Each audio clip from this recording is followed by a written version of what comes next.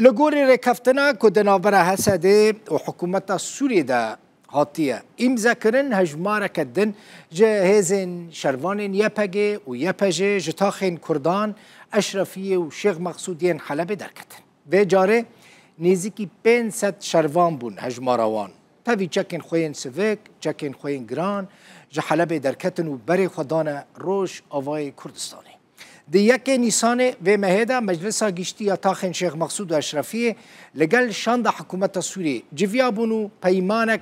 جه رکفتن یعنی جه 14 خالان امضا کربون یک کمین بندن و رکفتنه دسی و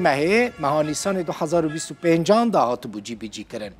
و دمه دست 43 دیلن هر دو آلیان هاتو بونه آزاد کرن ده 4 و ماه دا جی یک کمین بشه هزین سربازی که در دورا 400 شروانین یپگه و یپجه بون و همو آلاوین خوین لشکری و لوجستیکی جعفرین یعنی شیخ مقصود و اشرفیه حلب درکت بون و چوبونه روش آوای کردستانه